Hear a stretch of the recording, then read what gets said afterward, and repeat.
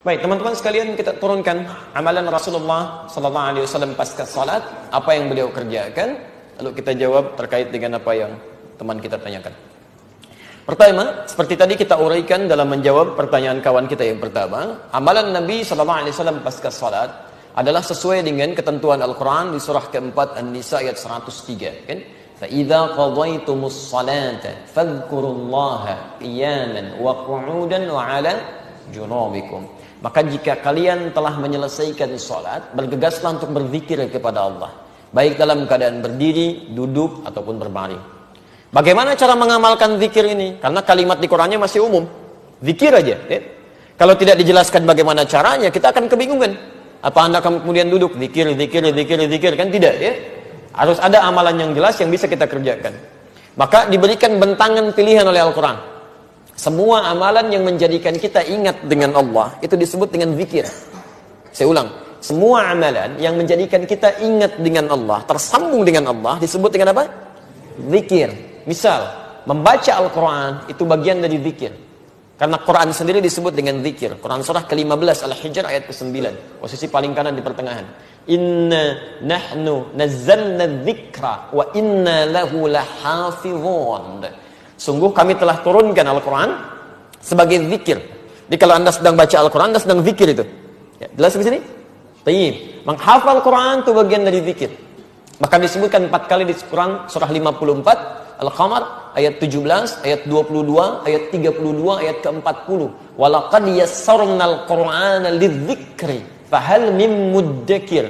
Dan sungguh kami telah mudahkan Al-Quran digunakan sebagai zikir. Ya, diingat, dihafalkan. Jadi menghafal Quran disebut dengan zikir. Jadi kalau Anda sedang menghafal Quran, itu pun Anda sedang berzikir di situ. Jelas di sini? Salat itu disebut sebagai zikir. Quran surah ke-20 Thaha ayat ke-14. Wa aqimis salata lidzikri. Tunaikan salat sebagai zikir kepadaku, kata Allah. Jadi ketika Anda sedang salat, itu adalah bagian dari zikir. Ya. Berdoa termasuk istighfar, bagian dari zikir. Ya, Quran surah kedua Al-Baqarah ayat 152, posisi paling kanan sebelah bawah. Saya belum tuliskan tadi. Ya, fadhkuruni adzkurkum. Maka Anda zikir kepada saya ingat Anda. Dan doa sebagai bagian ingat kita kepada Allah Subhanahu wa taala, memohon kebaikan. Nah, sekarang kalau kita simpulkan, ya, Anda simpulkan misalnya, kalimat-kalimat zikir di Quran bentangannya banyak. Ada baca Al-Quran, kalimat thayyibah, ada istighfar, ada doa, ada sholat, ada menghafal Quran, termasuk saat Anda ikut ta'lim, Anda sedang zikir. Karena saat Anda mengikuti ta'lim, Anda ingat dengan Allah Subhanahu wa taala. Ya. Makanya mohon maaf ya, ta'lim yang baik itu bukan hanya mengajarkan materi yang Anda ketahui, bukan itu yang diinginkan. Ta'lim yang baik itu diisyaratkan oleh Quran adalah ta'lim yang bisa mengangkat iman Anda lebih dekat dengan Allah Subhanahu wa taala. Itu ada di Quran surah 58 ayat ke-11, posisi paling kanan sebelah bawah. Makanya ketika disebutkan di Quran, ya ayyuhalladzina amanu, dibuka dengan kata iman. Hei orang-orang telah menyatakan dirinya beriman kepada Allah. Idza qila lakum tafassahu fil majalis, jika diinformasikan pada Anda, dikatakan luaskan majlis. Majlis itu asalnya dari kata jalasa, berpindah dari posisi rendah ke posisi tinggi. Kalau Anda duduk di bawah, saya katakan fadhal ijlis, silahkan duduk. Itu bukan cuma duduk, tapi maksudnya pindah ke tempat yang lebih tinggi. Tempatnya disebut dengan majlis, jamaknya disebut dengan majalis. Kalimat majalis di sini disandingkan dengan menuntut ilmu, diawali dengan kata iman. Kata para ulama seakan-akan melukiskan kesan bahwa tempat menuntut ilmu yang baik itu bukan sekedar Anda datang, tapi tempat yang menjadikan Anda, perangkat keimanan Anda lebih dekat dengan Allah Subhanahu wa taala. Jadi kalau Anda menuntut ilmu, belajar dengan siapapun, iman Anda tidak meningkat, pengetahuan agama Anda tidak bertambah, ada yang salah di majlis itu. Makanya di ujung ayatnya dikatakan, yarfa'illahu alladhina amanu minkum walladzina utul ilma darajat. Orang-orang yang belajar seperti ini, imannya akan diangkat oleh Allah, plus pengetahuannya akan bertambah. Silakan antum cek. Kalau antum masuk ke majlis ilmu yang seperti ini, pengetahuan Anda pasti nambah. Salat Anda bukan cuma sekedar bertakbir, tapi paham kenapa saya mesti bertakbir. Bagaimana cara saya bertakbir? Apa bacaan yang saya bacakan? Kemudian Anda menjadi lebih dekat dengan Allah. Sebelumnya cuma salat fardu, sekarang pengennya di masjid. Sebelumnya fokusnya yang berjamaah fardu saja, sekarang kehilangan sunnah sudah nggak nyaman. Dulu ketinggalan fardu Anda biasa-biasa saja, sekarang ketinggalan salat sunnah sudah nggak enak Anda. Itu ta'lim yang bagus. Itu yang disebut dengan zikir.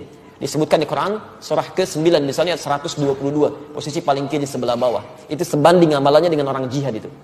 Nah, jadi dari semua amalan-amalan ini pasca salat, apa yang dikerjakan oleh Nabi? Apakah berdoa? Ataukah langsung istighfar? Atau kemudian beliau misalnya baca Al-Quran? Atau beliau menghafal Quran? Atau beliau mengajarkan dari materi keilmuan yang disebut dengan ta'lim itu? Bagaimana urutannya? Ditafsir di hadis-hadis ini. Pertama, lihat kalimatnya di hadis Muslim nomor hadis 591. Begitu beliau selesai menunaikan salat, salam ke kanan dan ke kiri, zikir pertama yang dilakukan oleh beliau adalah istighfar 3 kali. Astaghfirullahaladzim, astaghfirullahaladzim, astaghfirullahaladzim. Dan menyambungkan Allahumma antas salam wa minkas salam tabarakta ya dzal jalali wal ikram. Selanjutnya di hadis Muslim nomor hadis 593, la ilaha illallah lahu la syarika lah, lahul mulku wa lahul hamdu wa huwa ala kulli syai'in qadir. Selanjutnya di hadis riwayat Muslim nomor hadis 597, Anda mulai bacakan subhanallah, subhanallah, subhanallah 33 kali, alhamdulillah, alhamdulillah, alhamdulillah 33 kali, Allahu akbar, Allahu akbar, Allahu akbar 33 kali. Selanjutnya Anda bisa bacakan ayat kursi, ya. Ayat kursi Al-Baqarah 255, posisi paling kiri di pertengahan. Allahu la ilaha illa huwal hayyul qayyum.